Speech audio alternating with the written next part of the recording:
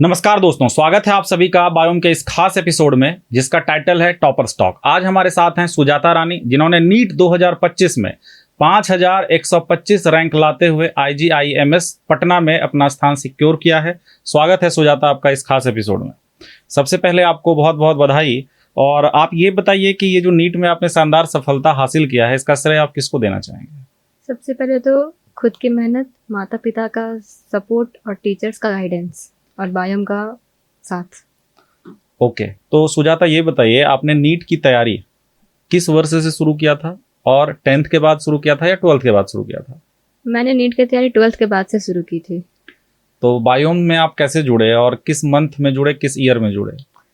Biome में अगस्त month में मेरा मतलब कि BSET के थ्रू मैंने एडमिशन लिया था। अगस्त 2022। हाँ। और वहां से आपकी जर्नी शुरू हुई। और ये आपका कौन सा अटेम्प्ट था? थर्ड अटेम्प्ट था। तो आप थोड़ा ये बताइए, जैसे आपका दिनचर्या क्या था, कैसे आप तैयारी करते थे शुरू से, कैसे करते थे, फिर जब आपको समझ आया तो थोड़ा कैसे चेंज किए, थोड़ा सा आप बता सकती हैं? स्टार्टिंग में जैसे कि मेरा फर्स्ट अटेम्प्ट जब था, तब मुझे समझ नहीं आता था कि मैं सब कुछ को लेके बैलेंस कैसे करूँ, क्योंकि 11th-12th में मैंने तैयारी नहीं की थी, तो डाउट्स कॉन्सेप्ट वगैरह मेरे क्लियर नहीं थे। तो फर्स्ट ड्रॉप तो मुझे बस समझने में लगा कि नीट की तैयारी किया कैसे जाता है, और फिर सेकेंड ड्रॉप में मैंने अपना 100% दिया।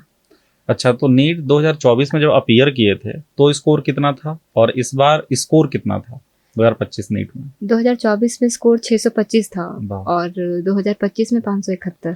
तो जब आप मतलब पिछली बार नहीं हो पाया, हताश हुए होंगे, थोड़े टूटे होंगे, फिर अपने आप को कैसे स्ट्रांग बनाए, कैसे अपने आप को एकदम मजबूत बना के शुरू की तैयारी आपने? 2024 का जब रिजल्ट आया तो उसके बाद 625 अंक आने के बाद भी कोई कॉलेज अलॉट नहीं हुआ, तो जिस कारण से डिमोटिवेशन तो बहुत ज़्यादा हुआ। बट उस टाइम सबसे बड़े सपोर्ट स्ट्रेंथ थे मेरे पेरेंट्स, मेरे बड़े भाई बहन और बायोम के टीचर्स। अच्छा, एक बात बताइए कि बायोम और अदर इंस्टीट्यूट में आपको क्या डिफरेंस लगता है? सबसे बेसिक डिफरेंस तो मुझे यही लगता है कि अदर इंस्टीट्यूट जो है वो बेसिकली टॉपर्स पे फोकस करती है, बट एवरेज स्टूडेंट्स पे जो फोकस करे वही बायोम है। क्या बात है, बहुत अच्छा डेफिनेशन आपने दिया है। तो यहाँ के टेस्ट में आपको क्या फ़ायदा मिला? जब आप टेस्ट देते थे, लगातार आपने टेस्ट दिया, कितने टेस्ट दिए होंगे और आपको स्कोर क्या रहता था एवरेजली, और क्या फ़ायदा मिला? 2024 से 25 के बीच में मैंने लगभग 100 से 150 टेस्ट दिया होगा आराम से, और एवरेज स्कोर मेरा 600 के आसपास अगर बोले तो रहता था। कभी कभी 525 530 भी गया है, कभी कभी लास्ट जाते रहते 670 680 भी गया है। क्या बात है। तो इससे एक मोटिवेशन, एक कॉन्फिडेंस इस तरीके से मिलता था आपको। बहुत अच्छा। तो आप थोड़ा ये बताइए, जैसे आप टेस्ट जो देते थे तो सब्जेक्ट का जो सीक्वेंस है वो क्या रहता था और उस पर टाइम आप कितना देते थे? हाँ, पहले तो मेरा सीक्वेंस रहता था बायो, केमिस्ट्री, फिर फिजिक्स। बट जब कंसिस्टेंटली मार्क्स एक रेंज में आके कांस्टेंट हो गया, तो टीचर्स के गाइडेंस के बाद सीक्वेंस को चेंज करके मैंने पहले बायो से शुरू किया। फिर बायो में आप मतलब जूलॉजी या बॉटनी किससे शुरू करते? बॉटनी, मैं बॉटनी से शुरू करती थी। ठीक है। तो बॉटनी, जूलॉजी, फिर फिजिक्स, फिर केमिस्ट्री। और अच्छा। बायो में on an average 30 to 40 minutes, उसके बाद फिजिक्स में अप्रोक्स 1 आवर, और केमिस्ट्री में भी 30 to 40 मिनट्स फर्स्ट राउंड के लिए। फिर सेकंड राउंड में जो क्वेश्चन नहीं बना उसको सेकंड राउंड बनाने के लिए। बहुत अच्छा। तो यहीं से एक क्वेश्चन निकलता है कि इस बार जब बच्चे बैठे एग्जाम हॉल में, तो बाहर तो फिजिक्स अच्छा था, उनका टेस्ट देते थे ठीक रहता था, लेकिन फिजिक्स का क्वेश्चन देखते ही वो बिल्कुल पैनिक हो गए। और कई लोगों का कहना है कि फिजिक्स की वजह से इस बार नीट नहीं निकला। इस चीज़ को आपने कैसे हैंडल किया एग्जाम हॉल में? और जैसे कि मैंने बताया, मेरा सीक्वेंस पहले बायो, फिर फिजिक्स, फिर केमिस्ट्री रहा था। तो बायो तो मैंने बायो को स्मूथली कवर अप कर लिया। 30 to 40 मिनट्स में मैंने बायो जितना मेरे को फर्स्ट राउंड में बना मैंने बना लिया। जब मैं फिजिक्स पे आई तो पहला क्वेश्चन नहीं बना, दूसरा क्वेश्चन नहीं बना, तीसरा बना, चौथा बना, फिर 4-5 क्वेश्चन लगातार नहीं बना। तो मेरा मतलब यहाँ के भी टेस्ट में जब मेरा आदत था कि अगर फर्स्ट राउंड में क्वेश्चन 10-15, कभी कभी ऐसा हो जाता है 20-25 क्वेश्चन फर्स्ट राउंड में नहीं बन रहा, तो मैं स्टार्टिंग में पैनिक नहीं हुई। बट जब सेकेंड राउंड में टाइम एकदम कम बचा, अप्रॉक्स 30 to 40 मिनट्स बचा, तब मुझे लगा कि अब तो मेरे से नहीं होने वाला, इस बार भी कॉलेज मुझे नहीं मिलेगा। बट फिर यही सोच के कि कुछ नहीं तो कम से कम कुछ तो सीट मिल जाए, या फिर कुछ ढंग का ही कर लूँ, तो हिम्मत जुटाए और वहाँ पे अपने आप को स्ट्रांग बना के आपने एग्जाम दिया। फिर एग्जाम से निकलने के बाद जो था वो उसके बाद का सिनेरियो होगा। अच्छा, तो ये बताइए, जैसे आप जो 2024 में नहीं हुआ, फिर आप बायोम में दोबारा जुड़े, आपने भरोसा जताया और बायोम के लक्ष्य बैच में आपने एडमिशन लिया। तो लक्ष्य बैच में मतलब क्या अलग मिला आपको, और फिर जब आप लक्ष्य के बाद यहाँ के रैंकर बैच में गए तो आपको क्या मिला? सबसे पहला तो लक्ष्य बैच में वीकली टेस्ट होता है जो कि अदर टारगेट बैचेस में नहीं होता। ये पहला डिफरेंस मिला मुझे लक्ष्य में जाने के बाद। और जब मैंने लक्ष्य में क्या है कि दिसंबर के बाद से वीक में 1-2 टेस्ट 3 टेस्ट वो चलता था। तो और लास्ट में जब रैंकर्स में गए हम लक्ष्य से, तो रैंकर्स में रोज़ टेस्ट होता था और रोज़ टेस्ट के बाद रोज़ एनालिसिस होता था, रोज़ डाउट मतलब क्लियर करते थे, वहाँ टीचर्स अवेलेबल रहते थे डाउट क्लियर करने के लिए। तो साथ साथ डाउट भी क्लियर होते चला गया और टेस्ट के साथ टेस्ट फ्रिक्वेंसी भी बढ़ गया, तो वो बहुत हेल्प किया था। तो इसमें डायरेक्टर सर का भी मतलब हाँ, इन्वॉल्वमेंट डायरेक्टर रहता है? सर पर्सनली आके हम लोग को रैंकर्स बैच में सबको गाइड करते थे। फिर हमारा 1 मंथ जब तक रैंकर्स चलता है तब तक खाना, हॉस्टल का चार्ट सब कुछ फ्री रहता है बायोम की तरफ से। अच्छा, तो मतलब ये बताइए कि जैसे 2024 से 2025 में आपने मोटिवेशन बनाए रखा, तो 2025 में हैंडल स्कोर आपने फिजिक्स में भी बढ़िया कर लिया, ठीक है। एग्जाम में से जब आप बाहर निकले तो आपको लगा होगा कि हम इस स्कोर पे रहेंगे, तो वो एनालिसिस आपका सटीक बैठा था या थोड़ा ऊपर नीचे हुआ था मार्क्स में कुछ? अप्रोक्स सटीक ही बैठा था। अच्छा, तो ये तीनों जो सब्जेक्ट है कैसे बैलेंस करते थे आप, बायोलॉजी को, फिजिक्स को, केमिस्ट्री डेली को? बेसिस पे।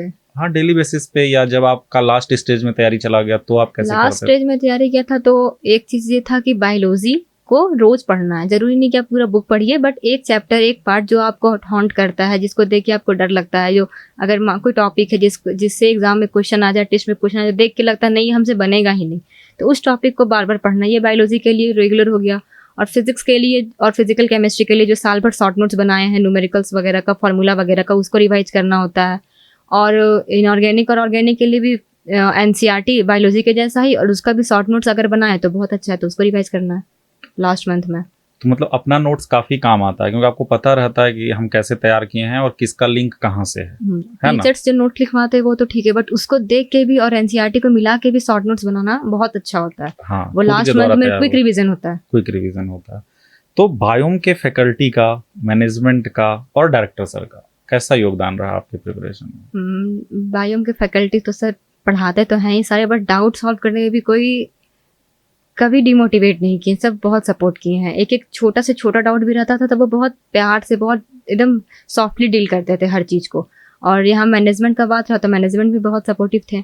और रहा बात डायरेक्टर सर का, तो डायरेक्टर सर हमेशा मतलब वो कोई ना कोई क्लास जाके मंथली, 2 मंथ में, 3 मंथ में कोई ना कोई क्लास जाके हमेशा सबका मोटिव अप रखते थे।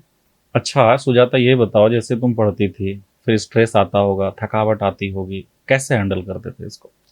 मैं बेसिकली पेंटिंग और पोएट्री से उसको निकालती थी। तो कोई पोएट्री सुनाइए।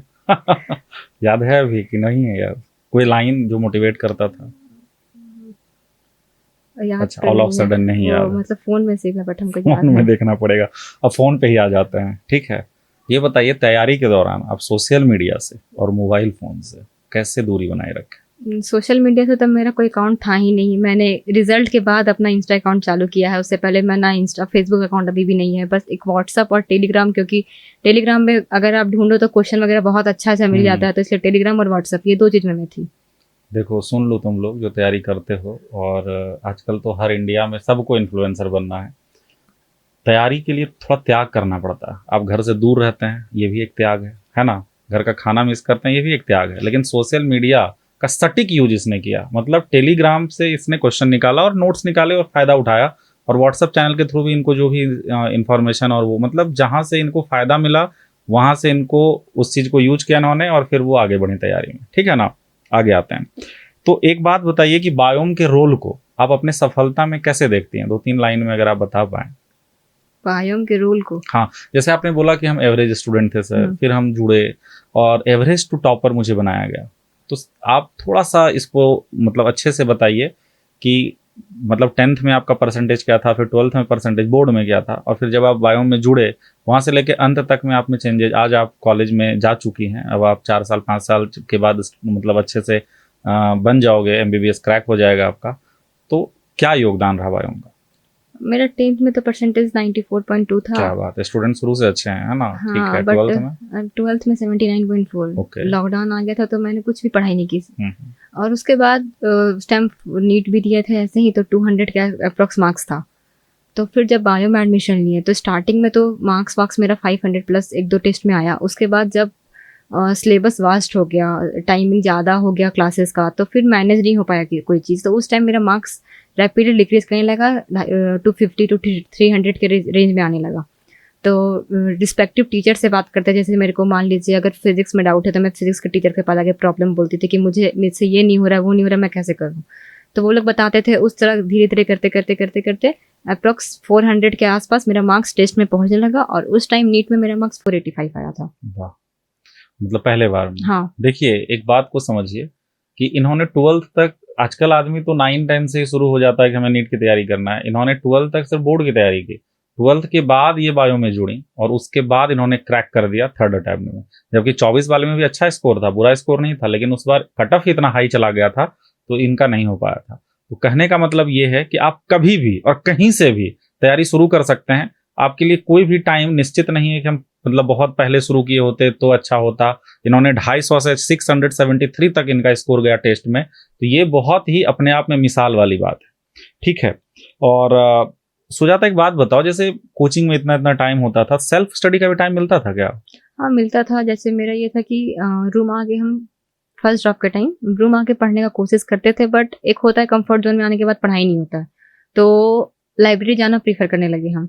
क्लासेस चलती थी मॉर्निंग में 7:45 से 1:35 तक, तो कोशिश रहता था कि 1 घंटे का ब्रेक लेके 2:30 to 3 के अप्रॉक्स में लाइब्रेरी चले जाएं, और उसके बाद 7:30, 8:30, 9:30 जब मन किया उसके बाद लाइब्रेरी में से वापस आए, फिर रात में थोड़ा बहुत अपना रिवीजन वगैरह करके फिर हो गया। तो इस बार जो आप क्रैक किए हैं, इस बार का ये रूटीन था आपका? हाँ। अच्छा, और रैंकर में आने के बाद तो टाइम ही नहीं मिलता था, फिर तो पूरी तरीके से बायोम का आपको रूटीन फॉलो करना होता था। और उसके बाद और जब मेरा क्लासेस लक्ष्य की जल्दी खत्म हो जाती है, तो इस बार आई थिंक ये 31 जनवरी में, जनवरी एंड तक चला गया था। तो उसके बाद मेरा ये कोशिश रहता था, जैसा कि एक टीचर ही मुझे बताए थे कि आप रोज टेस्ट दो।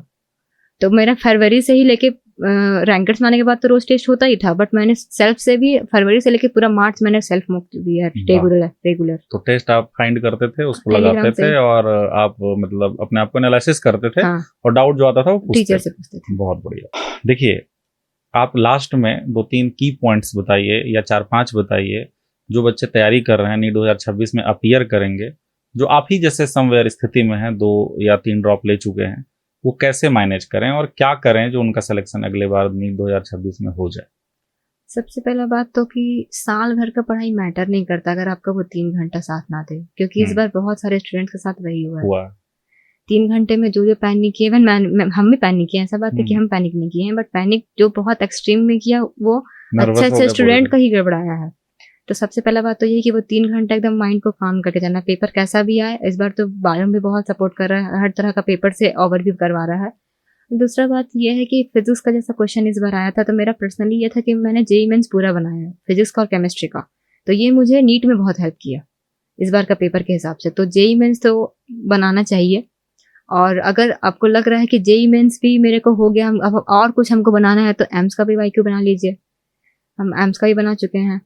और यही बायोलॉजी की है कि बायोलॉजी में दिक्कत सीलिंग मिस्टेक ज़्यादा होता है। हाँ, लोग ओवर कॉन्फिडेंट रहते हैं, ये तो हो ही जाएगा। तो ट्राई करना चाहिए कि क्वेश्चन आप जब बना रहे हो तो पूरा क्वेश्चन को रंगीन कर दीजिए पेन को अंडरलाइन करके, ताकि आपको एक भी वर्ड मिस ना हो।